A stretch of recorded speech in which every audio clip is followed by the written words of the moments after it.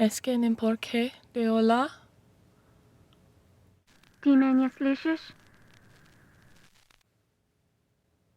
Pa. Tu just je. Нет, по-прежнему сиго лишь я.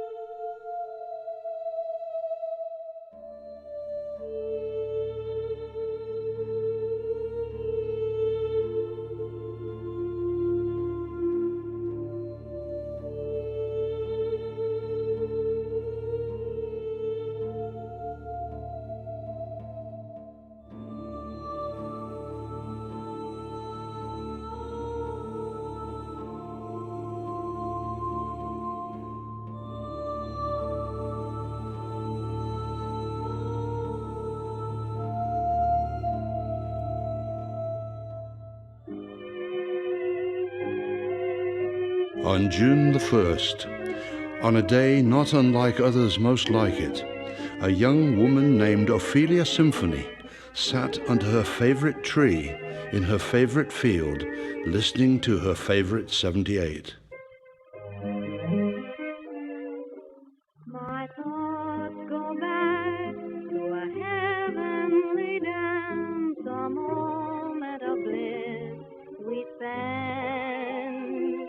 Our hearts were filled with a song of... And on this same moment, somewhere in a past year, it just so happened that on a day not entirely dissimilar, another young woman called Dandelion Wine was doing the very same thing.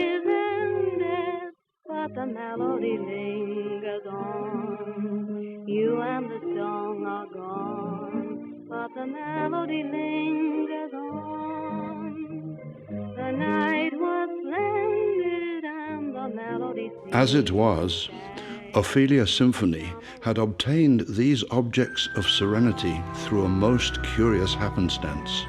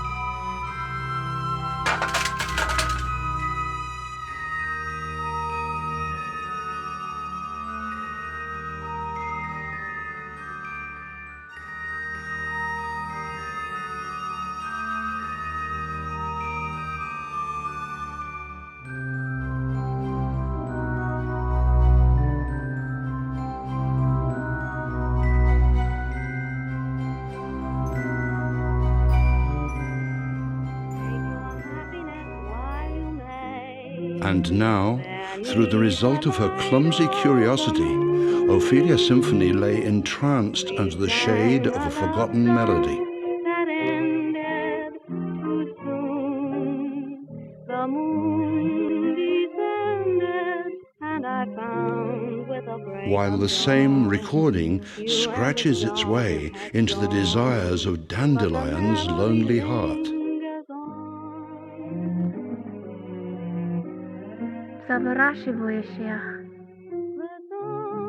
Magnifique.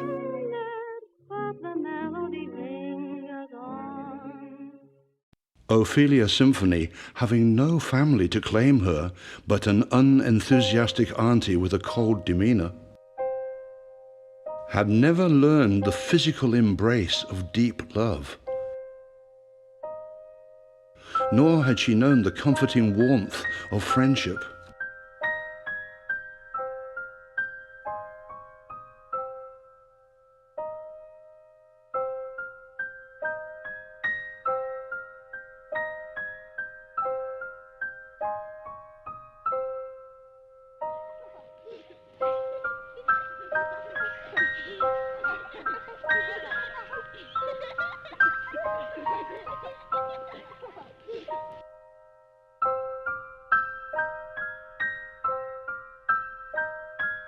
And void was the kindness she craved, and as her soul was gentle and poetic, she was deeply hurt by the emptiness she received.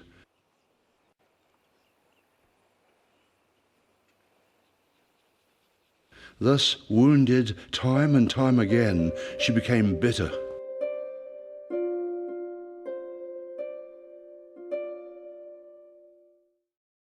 She began to despise and mistrust everyone. Despondent with other human beings, she shut them out forever. She spent her time only with herself and her quirks. She enjoyed taking pictures of people who are caught unawares with an absurd look on their faces.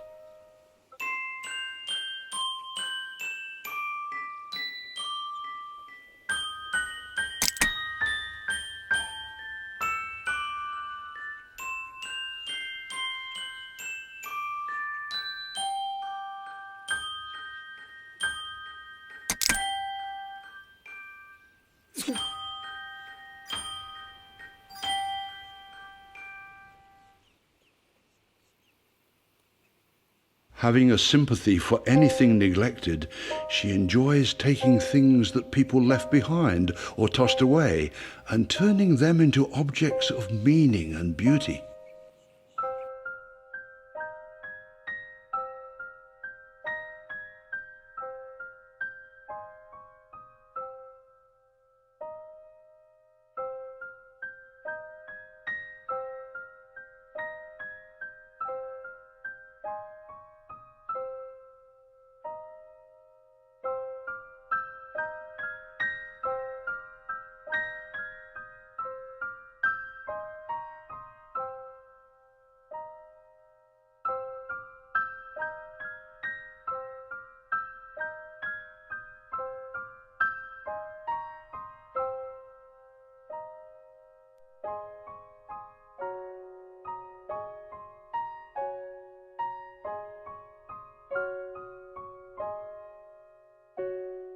And having been dissatisfied with the English language and its lack of charm and poetic expression, Ophelia learned French and spoke it as often and wherever she could.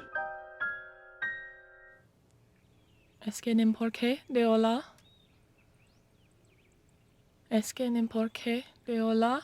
She closes her eyes from time to time and calls to someone, anyone, in hopes that perhaps she will connect with another desperate human being through the universal rapport of a psychic link. Pas. Juste je. Now, as it stands, the darling dandelion wine had been granted a similar path of desolation and distress. Having been orphaned at a young age, she had no family to claim her and was brought up under the apathetic auspices of an unenthusiastic headmistress. The friendship she craved was achingly vacant, as were the peers that could have filled the void. Unable to attain the affection she sorely needed, and being continually ignored with no human interaction to relate to, she became despondent, socially awkward, and painfully shy.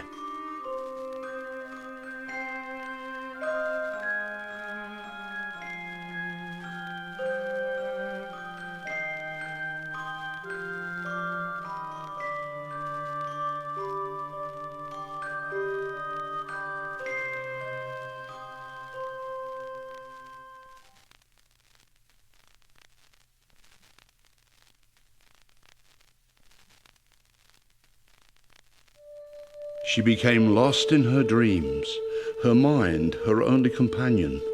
She enjoyed collecting antique photographs of persons long dead, giving them names and dreaming up lives for them. Collecting an oddball assortment of curious things, trinkets that meant something entirely to her and precisely nothing to others.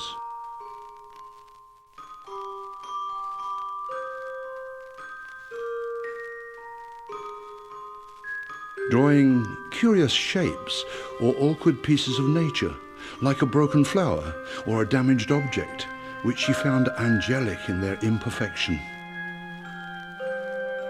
Просто божествено. And having had nothing but neglect issued in the language of the English tongue, and thinking English was simply too dull, she learned Russian and spoke it whenever she could. And from time to time, she closes her eyes tightly and tries hard to communicate with someone, anyone, who can hear her pleas over a psychic bond. Ты меня слышишь? Ты меня слышишь? Нет. По-прежнему щеголишь я.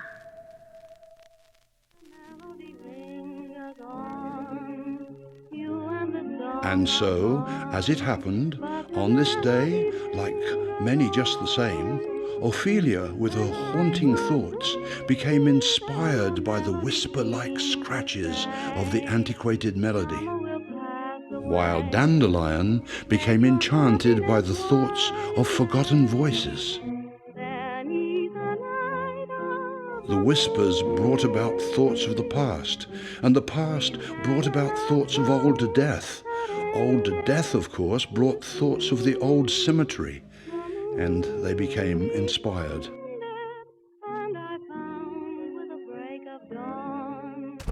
In her haunted inspiration, Ophelia decides to talk to the graves, say hello, so that the souls occupying them would never feel forgotten.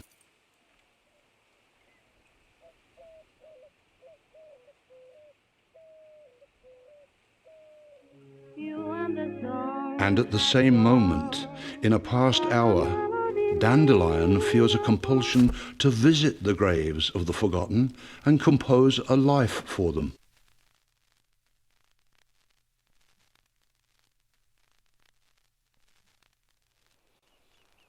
So, as Ophelia greeted the lonely stones with a kind acknowledgement, Dandelion was busy orchestrating a past for the forgotten.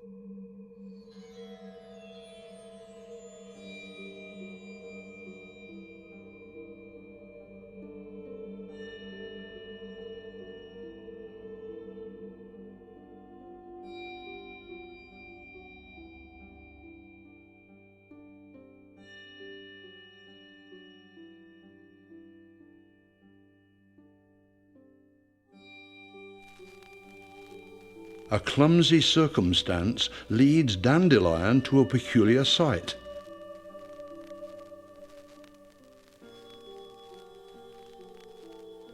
And as she stares at this worn, ancient mystery of a forgotten soul, interred without a date, she becomes entranced with an idea. Я тебе найду. Determined to find the dates in which the man lived and died, and consequently return part of his identity, she decided to take a sojourn to the library archives. Ophelia, meanwhile, being lost in her greetings of the dead, gets a flash of inspiration from the macabre beauty surrounding her and decides to document the haunting ambience. Clumsy chance, again a catalyst for discovery, leads Ophelia to become enchanted by the very same mystery that haunted Dandelion decades before. And as Ophelia stands bemused, an inspiration is born. The dateless stone inspired thoughts of the mystery of forgotten lives, which brought thoughts of the beauty of old death, which prompted questions of the age, life, and demise of the fellow residing beneath it. Freshly obsessed with knowing the past of the souls whom she greeted, she began to write the names belonging to the oddest or most neglected-looking graves and devised a sojourn to the library to peruse obituaries.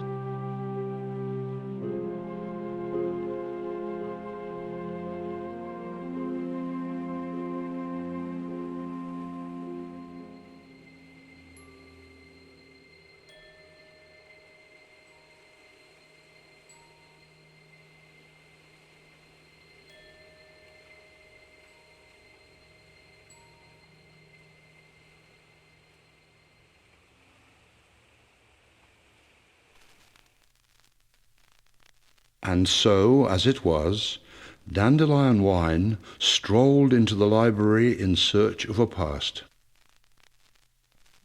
Yet being charmed by the poetry of art in all its forms, she became distracted and diverted from her course.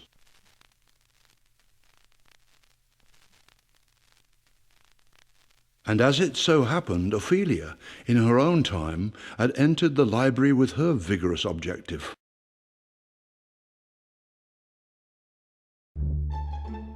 But as it happened to be that Ophelia was awfully distressed by any form of human contact, her path was diverted most swift by an unintended obstacle.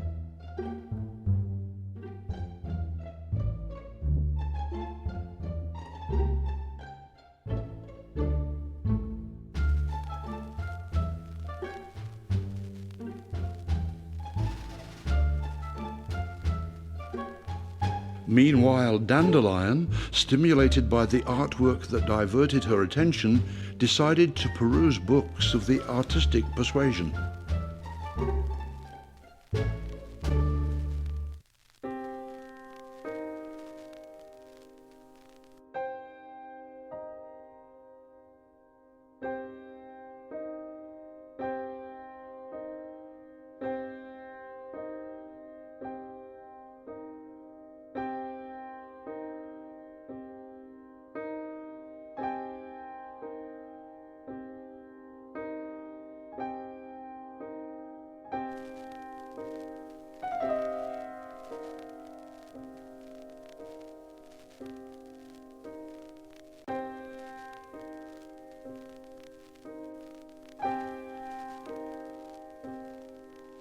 However, while brushing her eyes over the aisles to discover the residence of art, an inadvertent error drew attention from her gaze.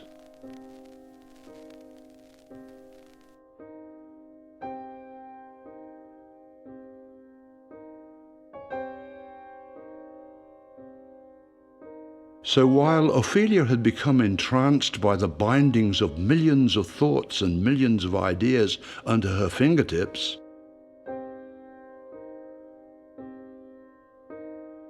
Dandelion had come to a most peculiar isle of documents in which a certain book, mislaid by a listless hand, had tempted her eye.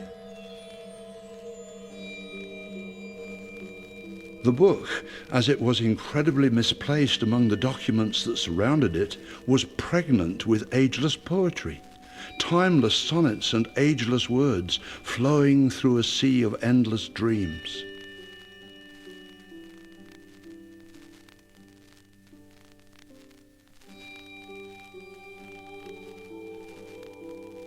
And as Dandelion sat with her distraction in hand, stimulation drew a breath through her lonely soul, and she became elated with musings that had hitherto been absent.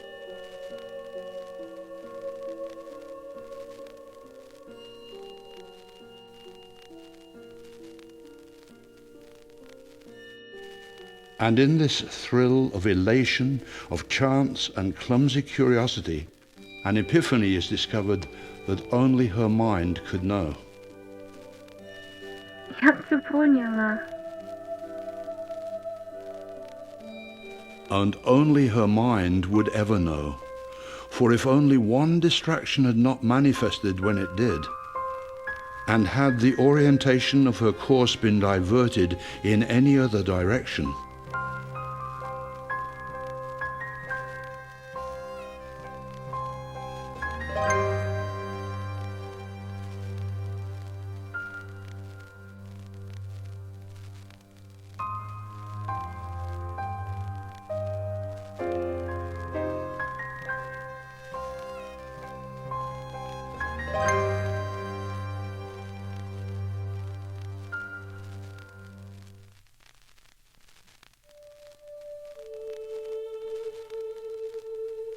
a lonely soul would have been able to avoid a tragic misfortune.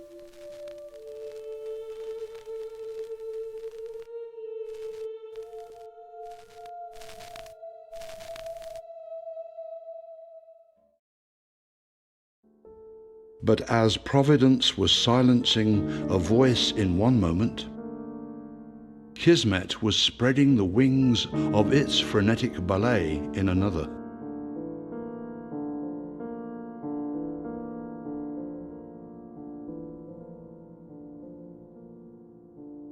And as another result of a continuously clumsy fate, fortuity once again became the catalyst to an alternate passage.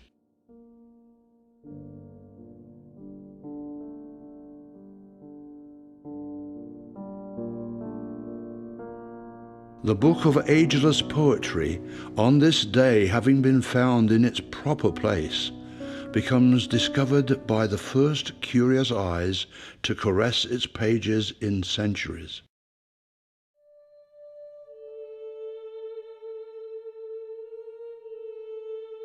The aria of my soul is a symphony of silence. The orchestra, my beating passion. Delay.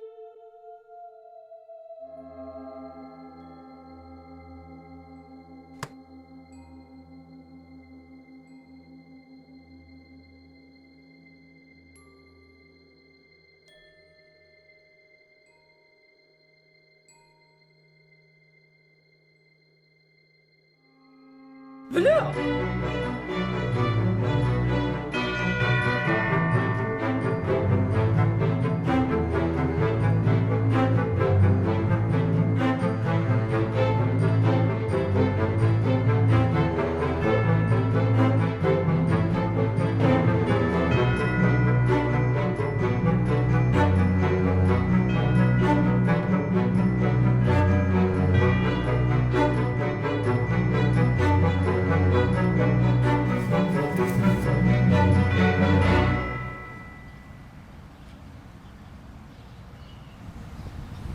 Petit willen moestigus.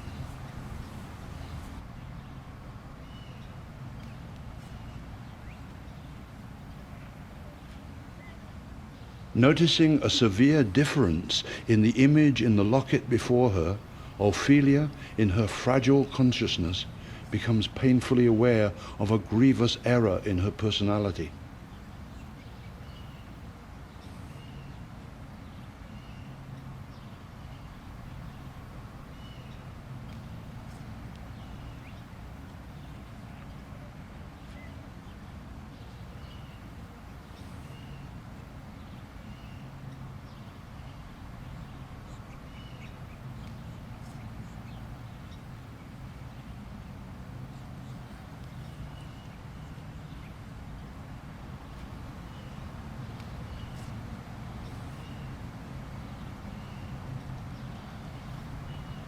Vous l'avez gardé?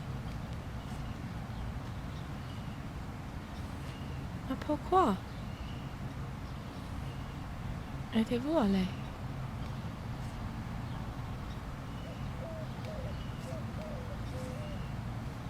C'est qui est votre nom?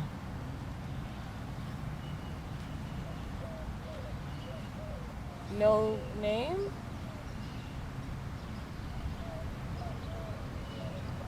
No voice? Elle est muette, merveilleux.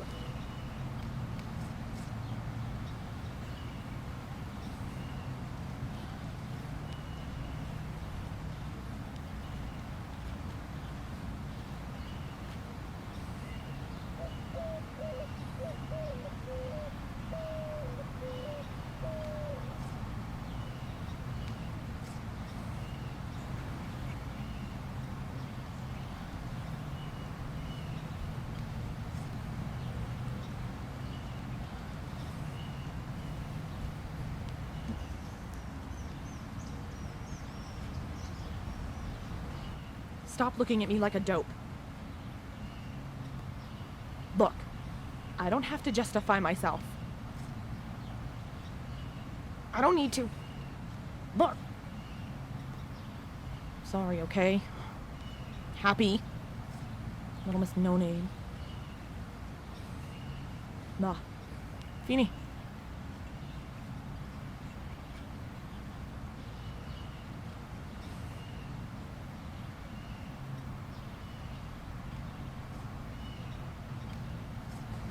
You're like a quiet, misplaced orchestra. You're like a symphony of silence.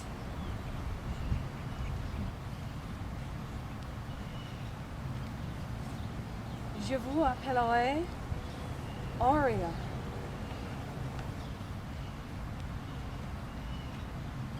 Mon Dieu!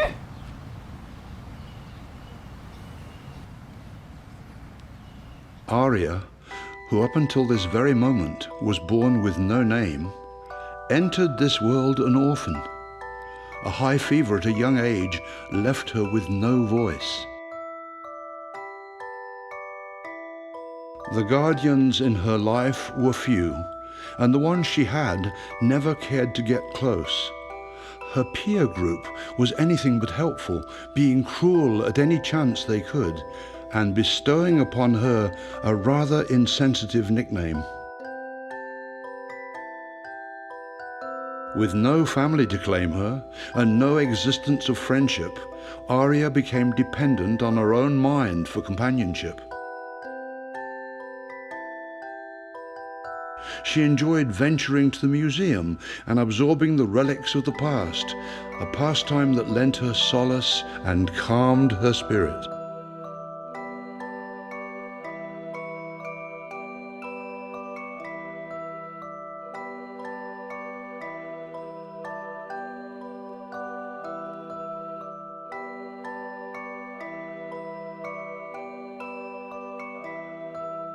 She enjoys sitting at the legs of her favorite mannequin, whom she affectionately named Lenore, while she reads her favorite book of poetry.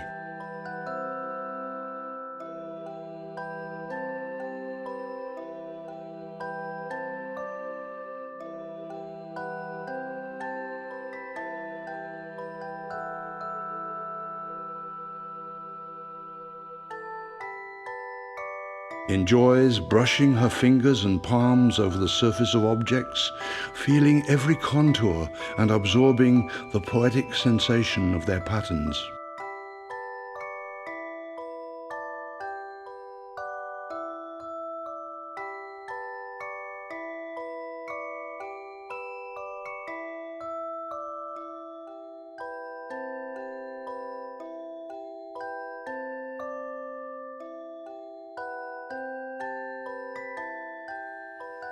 And now she likes to walk through the cemetery and visit the graves, so that the souls occupying them would never feel forgotten.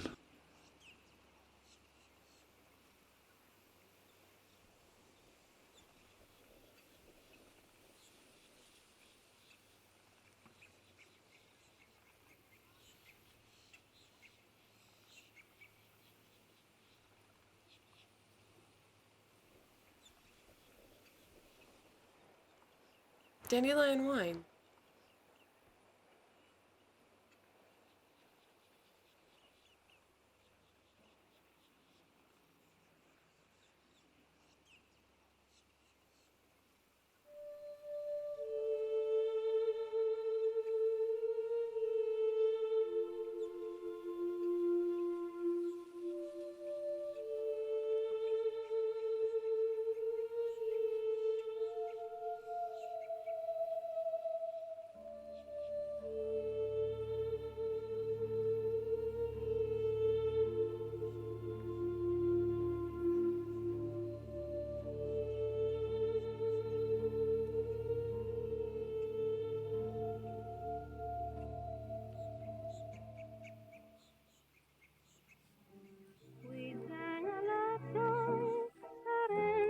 And so, on June the 4th, on a day not unlike others, just the same, two girls exactly alike in soul but different in body, sat in their favorite field, under their favorite tree, listening to their favorite 78.